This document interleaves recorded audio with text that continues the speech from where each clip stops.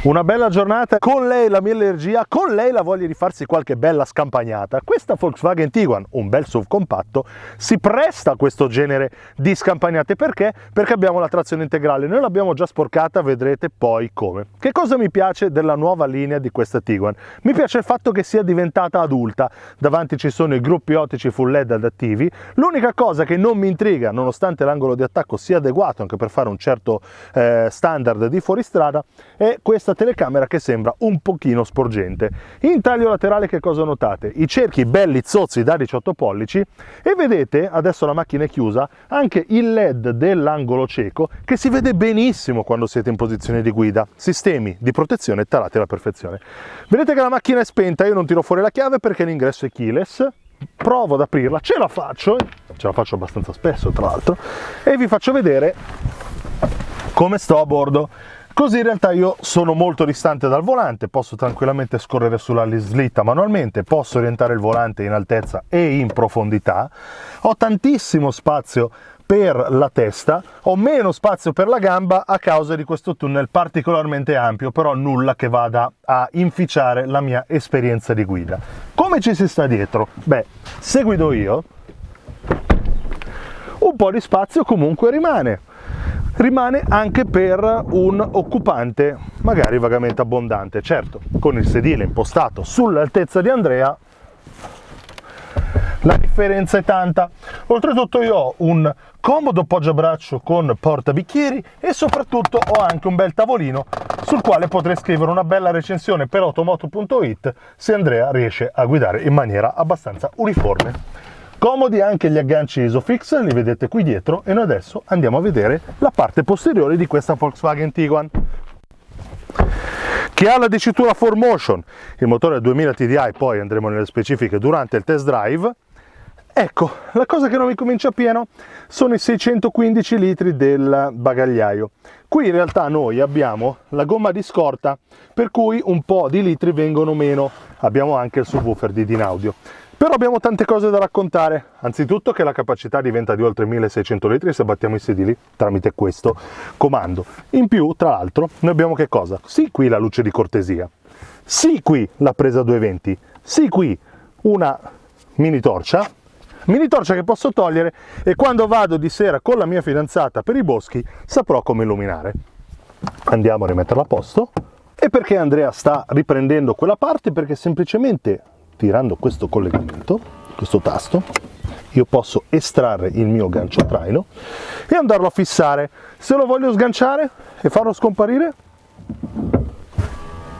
mi basta fare il contrario. Apertura e chiusura manuale del portellone e noi adesso andiamo a provare su strada e fuori strada questa nuova Volkswagen Tiguan. Bene amici di automoto.it, siamo al volante della Tiguan versione business 2000 TDI 150 cavalli, c'è anche la versione 190. Luca, non so se tu sei d'accordo, secondo me 190 cavalli ci vogliono. I 190 cavalli ci vogliono se vuoi una vettura che sia più abile a darti un pochino di sportività in più, perché questa ce l'hai specialmente in modalità sport dal selettore, però invece premia l'andatura tranquilla, diciamo. Sì, sarei curioso anche di provare le due versioni benzina che ci sono, e magari 1500, chissà, che arriverà anche su questa vettura, quello che avevo provato in anteprima su Golf, che arriverà anche lì, che è un motore, mi sembra molto interessante. 340 Nm di coppia, il solito DSG 7 marce. L'ho trovato un po' pigrone, un po' tranquillone su questa tranquillone, deve andare fino in fondo col kickdown. Io ti dico Andrea, questa vettura l'ho guidata a lungo perché ci sono andato al mare, molto onestamente, e devo dirti che se vuoi lo spunto per andare a superare il camion, la macchina che va più lenta di te, niente, devi rifarti la kickdown per sì, ma anche in sport. Io tra l'altro mi sono settato in individual i miei parametri preferiti, per esempio noi abbiamo l'optional delle sospensioni attive, le ho messe in sport, lo sterzo in norma, la trazione in norma, eccetera eccetera, proprio per adattare, perché le diciamo preimpostazioni, a parte che non variano tanto una dall'altra, tra eco e sport il cambio è sempre paccioso, ma anche lo start and stop entra anche in sport, e come dicevi tu, se io schiaccio in fondo adesso ho schiacciato tutto, ok, ha calato, però non ha quello sprint, devi proprio schiacciare fino al kickdown per avere quella reazione che ti aspetti. Sono d'accordo con te su questo aspetto. Tra l'altro il DSG 7 marce, ma ci stiamo avvicinando alla rotatoria. Io ho il body, quindi le sospensioni in sport, così non rolla tanto, ben attaccata all'asfalto, però devo dire che se la metti in comfort o in normal, beh, anche qua hai visto? Uscito, schiacciato tutto, abbiamo dovuto aspettare un po'. Sì, in questo senso, come dicevamo prima, il 190 cavalli dovrebbe in teoria premiare un po' di più anche nell'ottica di un peso che è sicuramente importante. Comunque l'ho trovata molto confortevole, silenziosa, anche se il rumore del motore quando vai piano, quindi si sente di più rispetto al fruscio aerodinamico e al rotolamento degli pneumatici, a me non piace, è una brutta voce, è un... Ma ti dico Andrea, la prima sensazione che ho avuto su questa Tiguan, guidandola da Verona a Milano quando siamo andati a recuperarla, è stata quella di un pizzico di noia. Un pizzico di noia. Non tanto perché parti col pregiudizio che tutte le Volkswagen siano uguali, perché sarebbe esagerato e sicuramente sbagliato dirlo. Però una sorta di già visto senza picchi. Poi però scopri le dotazioni tecnologiche e lì... quelle sono al top. E abbiamo anche qua il manettino, ma ci voglio buttare perché qua abbiamo la versione 4Motion, non abbiamo fango, non piove da una vita, si è seccato tutto, ma questa non è una vettura espressamente fuori strada, è un SUV che può essere usato anche su strade bianche, su un fuoristrada diciamo medio. Abbiamo il manettino che può essere messo su 4 posizioni, la normale per l'asfalto, poi la versione e la posizione snow, neve, e poi 2 posizioni sul fuoristrada, per il fuoristrada uno normale e uno diciamo individual, dove si possono adattare le impostazioni della trazione sulle nostre esigenze. Noi la lasciamo su off-road standard, l'altezza terra è abbastanza buona, nei solchi non abbiamo assolutamente toccato, il comfort in fuoristrada anche qua direi buono, e in realtà Carluca c'è un sacco di fango qua, quindi direi che possiamo... No, il contadino ci ha messo la rete, Luca! No, il contadino ci ha messo la rete, perché la strada comunale finisce qui. La strada comunale finisce qua, e allora facciamo una gran bella retromarcia per tornare indietro. Utilizzando la 360 non avrei problemi. 360 eccezionale. Hai notato una cosa, anzi 3 cose. Vai. La prima, la possibilità di settarsi a piacimento la visualizzazione e anche l'aiuto per il vario tipo di parcheggio, che è anche automatico. È vero. E poi anche la possibilità di avere l'assistente per il rimorchio, che ci dice il rimorchio dove dovrebbe andare in base a come giriamo lo sterzo, è un optional, e poi l'assistente anche per uscire dal parcheggio, che ci fa vedere lateralmente come vanno le cose. E poi la vista 360 non solo dall'alto ma anche in tridimensione, sempre dall'alto, oppure una vista di fianco se vogliamo vedere e controllare meglio diciamo quello che ci circonda, e la vista laterale che possiamo ruotare semplicemente facendo uno swipe, vedete, così sul display. Ci mette un pochino a cambiare, però dopo un po' lo fa. Interessante e utile soprattutto qua in fase di fuoristrada, dove dobbiamo fare manovra, dove non sappiamo magari dove mettiamo le ruote, possiamo guardare sì negli specchietti, sì girarci, il noto è abbastanza grande, ma la vista 360 sicuramente ci aiuta, e non poco. Ok, torniamo indietro, quindi direi fuoristrada leggero, assolutamente nessun tipo di problema. Guarda, volendo possiamo anche fermarci qua dentro nel fango, che è anche abbastanza alto, vediamo se riusciamo a ripartire. Ma sì, ecco, hai sentito un pochino la trazione che si è ripartita sulle ruote, ma direi... Sono uscito con grande brio comunque. Ma sì, ma senza nessun tipo di problema, quindi anche un minimo di fuoristrada secondo me può fare. Anche qualcosa di un pochino più impegnativo non metterebbe in difficoltà questa Tiguan. Sì, sono convinto anch'io. Tra l'altro sedili molto comodi, belli, molto forse comodi, un pochino caldi con questo vellutino d'estate, però dipende dalla stagione. Non sono per nulla avvolgenti, tra l'altro non hanno questi fianchetti scomodi sulla schiena che insomma vanno a fare pressione, anche perché come dicevo prima vettura abbastanza tranquilla, quindi non hai bisogno di qualcosa di particolarmente sportivo anche dal punto di vista del design dei sedili. Design che invece fuori mi piace moltissimo, rispetto al passato l'abbiamo visto in fase di presentazione, Tiguan è migliorata tantissimo, sembra davvero una piccola Touareg, ma nell'accezione positiva del concetto. Dentro mi piace il fatto che ci siano elementi squadrati. Sì, che riprendono un po' il display che è completamente digitale. Con gli strumenti tu mi facevi notare una cosa, bravo, che si rimpiccioliscono sì, ma meno rispetto ai cugini di Audi, e quindi la mappa sì, si ingrandisce ma non diventa gigantesca.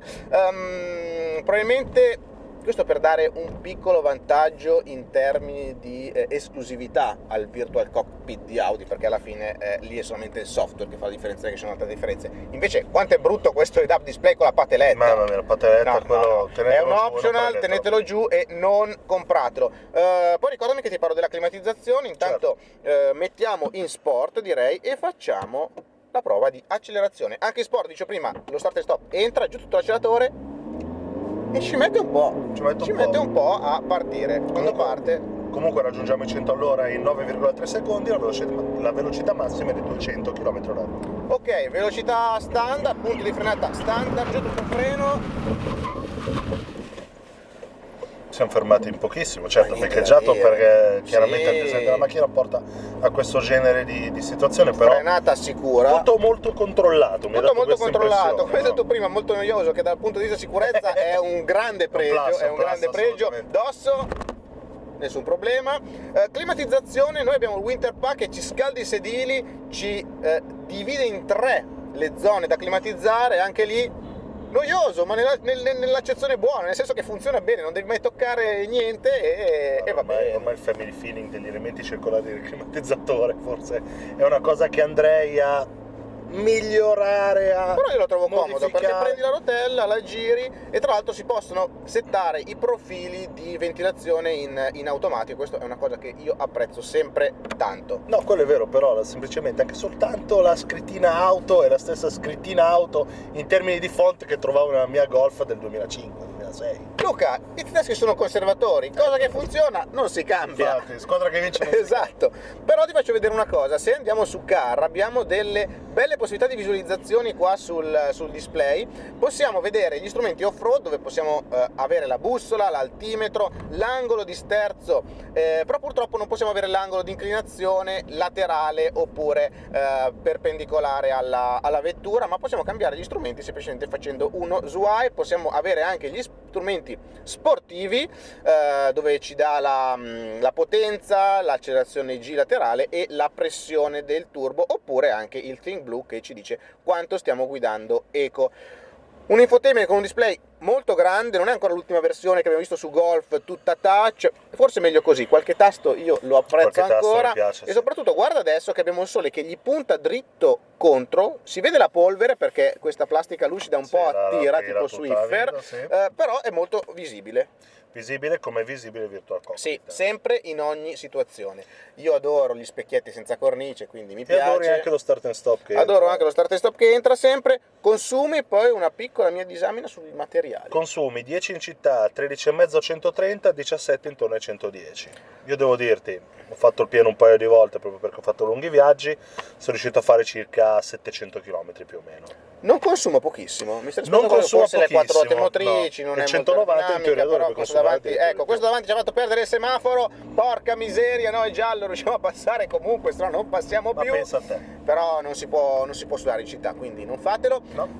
Mettiamo in manuale il DSG spostandolo a destra, mi sono messo in terza, ho lì l'indicazione, diciamo il suggerimento che mi dice di mettere in quarta, ma in realtà non voglio fare la prova di ripresa. 40 giù tutto l'acceleratore, 50 adesso, abbiamo coppia a strasufficienza, quindi non è quello il problema, è proprio forse la taratura generale della macchina che la fa sembrare un pochino tranquillona. Volevo dirti dei materiali, anche qua un po' noiosi. Ok, tedeschi, entry, qualità, sensazione premium, nel senso che mi sembra una Golf tendenzialmente, come materiali, come impostazione, come tutto, però qua il prezzo è importante di questa macchina. Parliamo un attimo del prezzo. Il prezzo è importante perché partiamo da circa 28.000 euro. La base, 2 ruote motrici con trazione anteriore.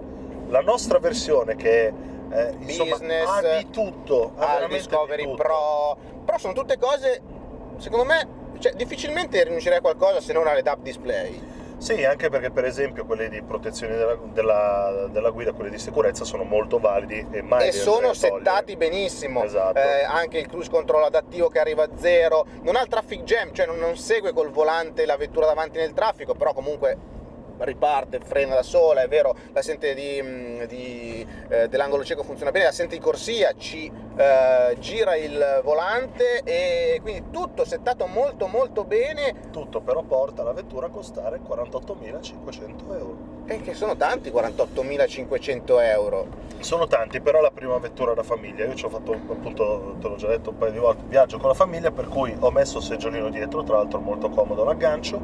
Finestrini dietro che scendono tutti, finestrini dietro che scendono sei un tutti. Bambino. Sì, i tavolini evitate perché non servono. Però l'unica cosa che stride con questo concetto di prima macchina famiglia, grandi viaggi, eccetera, bla bla bla, il bagagliaio, come avete visto in fase di presentazione, non è particolarmente capiente. Sì, ma forse perché questa vettura ha un optional al quale magari si può fare a meno, ovvero la ruota di scorta in dimensioni originali e anche il subwoofer dell'impianto audio di Naudio, forse anche quello si può fare a meno, che occupa praticamente tutto il pozzetto inferiore. Sì, quindi non ci fosse quello, litri. probabilmente, esatto, ci sarebbe decisamente più spazio e più capacità. Io non vi ho parlato del volante con la CSU perché è il solito volante Volkswagen, a sinistra i comandi del cruise, più il volume, a destra il cambio traccia, più i comandi del display, dell'active info display che abbiamo lì davanti, volante che comunque è abbastanza diretto, però anche lui non direttissimo. Ecco, forse io svecchierei, come tu svecchieresti i comandi della climatizzazione, io svecchierei su questa vettura un po' il design del volante, non lo so, lo trovo un po'... Io li metterei non c'è la rotellina, un pochino più di grip sulla corona. Sì, un pochino più di grip pelle sulla liscia, corona. pelle liscia. Però tu so che non cambieresti mai i tastini con le rotelle di Audi, per esempio. Ma le cambierei tutta la vita, cioè io sradicherei questo volante, metterei quello anche di Seat che ha le rotelle. Tasti. No, io preferisco le rotelle, sono molto più ergonomiche, con i tasti mi perdo. Mamma mia. Comunque ragazzi, a me questa vettura tutto sommato è piaciuta a mia moglie, questo va detto, sai, perché di solito tu dici questa è una vettura per il gentil sesso, questa è una vettura per il maschio alfa. Io devo dirti che mia moglie questa la comprerebbe subito. Trasversale, perché è un po' altina, è comoda, tanti aiuti, camera 360. O forse perché c'è quel senso di ritorno a casa che ha chi ha già guidato una Volkswagen, il fatto di avere un family feeling che è importante, attraversa sì. Gli anni e i tempi. Diteci voi cosa fareste, la comprereste sì, no, come, quando, forse, boh, su Facebook, su YouTube, su automoto.it, insomma, dove volete. Ciao! Ciao ragazzi! Stavi morendo? Sì, oggi sono KO.